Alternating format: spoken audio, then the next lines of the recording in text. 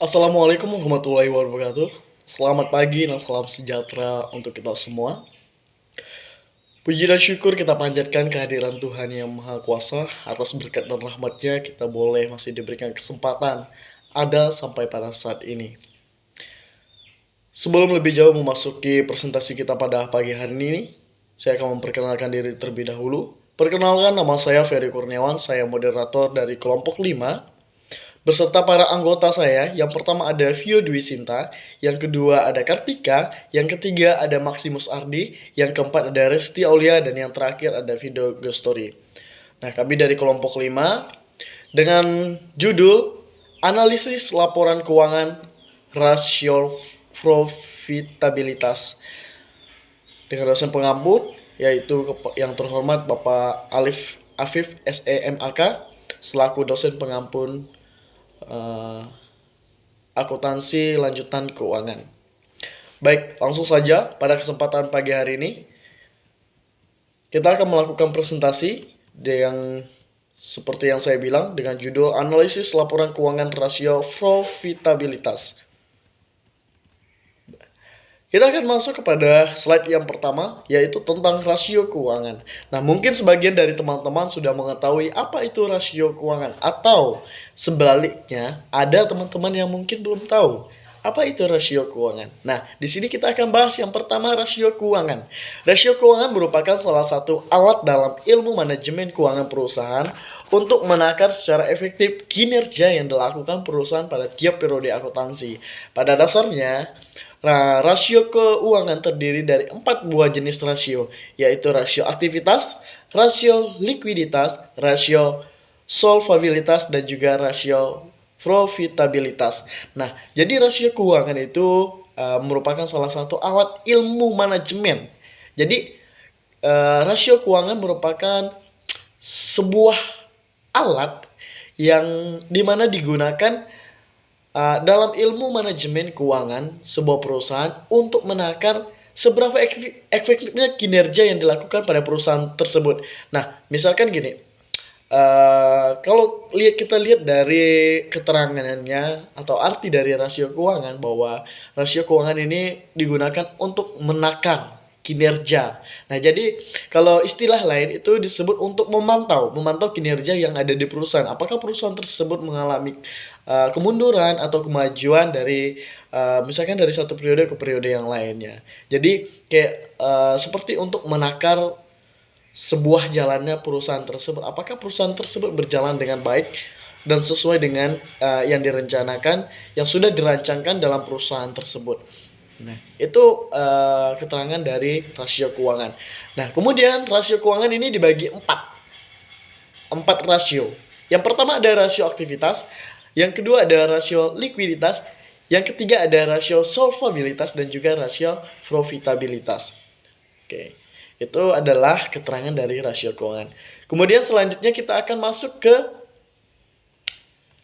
slide yang selanjutnya. Nah, kalau tadi kita udah tahu nih, ada 4 rasionya. Nah, kalau sekarang karena judul kita adalah karena judul kita itu berkaitan dengan rasio profitabilitas, maka kita akan bahas rasio profitabilitas. Nah, apa sih? Mungkin ada dari teman-teman yang bertanya kan, apa sih rasio profitabilitas itu? Nah, mungkin teman-teman sebelumnya udah ada yang tahu gitu, yang dari SMK atau dari mana gitu udah ada yang mengetahui profitabilitas itu atau apa yang disebut profitabilitas itu apa. Nah, mungkin juga ada sebagian teman-teman juga belum mengerti apa itu sih rasio profitabilitas gitu. Nah, kita akan bahas ini rasio profitabilitas ini. Rasio profitabilitas ini adalah metrik keuangan yang digunakan oleh analisis dan oleh investor untuk mengukur dan mengevaluasi kemampuan perusahaan untuk menghasilkan keuntungan atau laba relatif terhadap pendapatan, aset neraca, biaya operasional, ekuiditas pemegang saham selama periode tertentu. Nah, jadi kita udah tahu nih. Sekarang udah tahu. Mungkin teman-teman yang tadi belum tahu, sekarang mungkin udah agak tahu atau baru tahu gitu. Oh, ini ya yang disebut dengan rasio profitabilitas tersebut.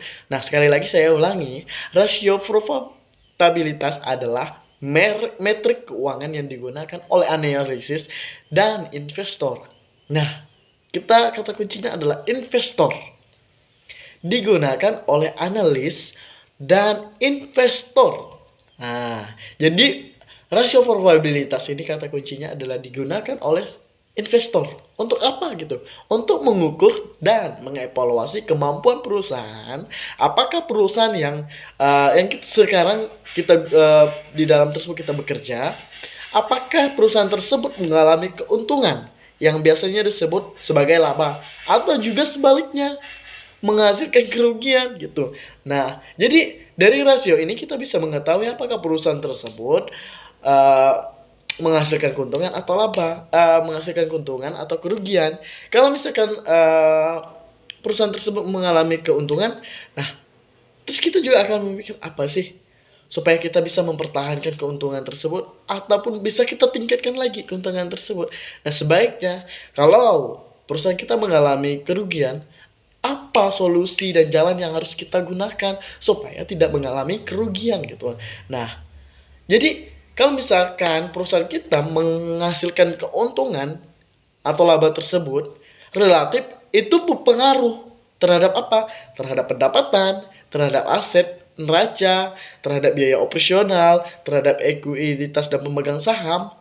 Itu berpengaruh gitu kalau kita mempunyai keuntungan perusahaan yang kita dapatkan tersebut gitu. Karena eh, tiap-tiap periode itu akan berubah, nggak selamanya imbang. Jadi keuntungan kita di periode ini mungkin ya misalkan ini 10 juta sebenarnya, keuntungan ini 10 juta. Mungkin di periode selanjutnya kita mengalami penaikan, tapi penaikannya hanya berapa persen gitu. Jadi dari yang 10 juta bisa jadi 11 juta, ataupun sebaliknya periode selanjutnya kita mengalami kerugian gitu, penurunan keuntungan bukan kerugian. Maksudnya kalau kita periode selanjutnya kita tadi 10 juta, 11 juta, kemudian kita mendapatkan keuntungan 5 juta. Nah, mungkin jadi kayak ada perubahan-perubahan antara periode tertentu, dari kita mendapatkan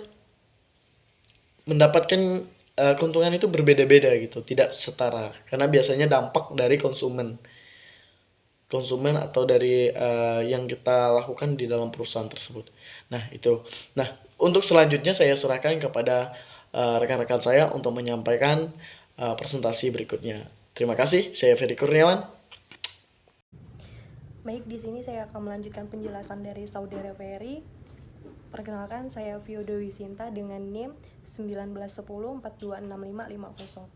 Di sini saya akan menjelaskan tentang rasio profitabilitas menurut para ahli. Yang pertama ada menurut Rianto 2008, yaitu profitabilitas adalah kemampuan perusahaan untuk menghasilkan laba selama periode tertentu. Perusahaan dengan kemampuan menghasilkan laba yang baik menunjukkan kinerja perusahaan yang baik, sebab profitabilitas sering dijadikan sebagai ukur untuk menilai kinerja perusahaan. Yang kedua, menurut Harahap 2009, profitabilitas menggambarkan kemampuan perusahaan mendapatkan laba melalui semua kemampuan dan sumber daya yang ada, seperti kegiatan penjualan, kas, modal, jumlah karyawan, jumlah cabang perusahaan, dan lain sebagainya. Yang ketiga ada Brigham dan Houston 2006, yaitu menyatakan bahwa profitabilitas merupakan pendapatan bersih dari serangkaian kebijakan dan keputusan. Profitabilitas dapat ditetapkan dengan menghitung berbagai tolak ukur untuk yang relevan. Salah satu tolak ukur tersebut adalah dengan rasio keuangan sebagai salah satu analisis dalam menganalisa kondisi keuangan, hasil operasi, dan tingkat profitabilitas suatu perusahaan. Yang keempat ada menurut Munawir 2004, yaitu menyatakan bahwa profitabilitas adalah kemampuan perusahaan dalam menghasilkan laba dalam periode waktu tertentu. Dan yang kelima ada menurut Sawir 2009, yang menyatakan bahwa profitabilitas adalah hasil akhir bersih dari berbagai kebijakan dan keputusan manajemen. Rasio ini memberikan gambaran tentang tingkat efektivitas pengelolaan perusahaan. di mana profitabilitas sering digunakan untuk mengukur efisiensi penggunaan modal dalam suatu perusahaan dengan membandingkan antara laba dan modal yang digunakan dalam operasi. Dan untuk slide selanjutnya akan dijelaskan oleh Saudara Maximus Ardi. Nama Maximus Ardi NIM 19110426527. Saya akan menjelaskan tentang tujuan rasio probabilitas. 1. Menghitung pemasukan laba perusahaan pada periode akuntansi. 2. Menghitung perkembangan laba yang dibandingkan dengan periode akuntansi yang lalu. 3. Menghitung kemampuan perusahaan untuk mengembangkan modal yang digunakan, baik berasal dari modal pinjaman maupun modal sendiri. 4. Menghitung laba bersih yang didapatkan oleh perusahaan setelah dikurangi oleh pihak dengan modal sendiri. 5. Menilai posisi laba yang didapatkan oleh perusahaan dengan yang didapatkan pada periode sebelumnya. Sekian, terima kasih. Perkenalkan, nama saya Kartika, NIM 1910426561. Baik, di sini saya akan melanjutkan penjelasan dari Saudara Maximus Ardi. Manfaat rasio profitabilitas. Yang pertama, mengetahui perhitungan laba perusahaan dari suatu periode akuntansi tertentu. Yang kedua, mengetahui besarnya perkembangan nilai laba perusahaan dari waktu ke waktu. Yang ketiga, mengetahui posisi laba perusahaan tahun ini dibandingkan dengan periode akuntansi sebelumnya. Yang keempat, mengetahui besarnya laba bersih perusahaan setelah dikurangi dengan pajak. Dan yang kelima, mengetahui seberapa produktif perusahaan tersebut dalam mengolah modal sehingga memperoleh laba serta keuntungan. Baik, selanjutnya akan dijelaskan oleh Saudara Vindo Grestori. Fungsi rasio profitabilitas. Yang pertama, sebagai pengukur performa perusahaan dalam menghasilkan keuntungan dari jumlah modal yang diberikan atau dimiliki, baik modal yang dipinjami atau modal yang berasal dari kekayaan pemilik perusahaan. Yang kedua, sebagai pembanding posisi atau jumlah laba yang dimiliki perusahaan pada tahun ini atau saat ini terhadap jumlah laba pada tahun sebelumnya. Yang ketiga, sebagai penyaji data terkait laba perusahaan dari waktu ke waktu sehingga bisa digunakan sebagai sarana evaluasi para stakeholders. Yang keempat, untuk mengetahui besar laba yang didapatkan perusahaan yang dihasilkan oleh total aset dan total ekuitas yang dimiliki.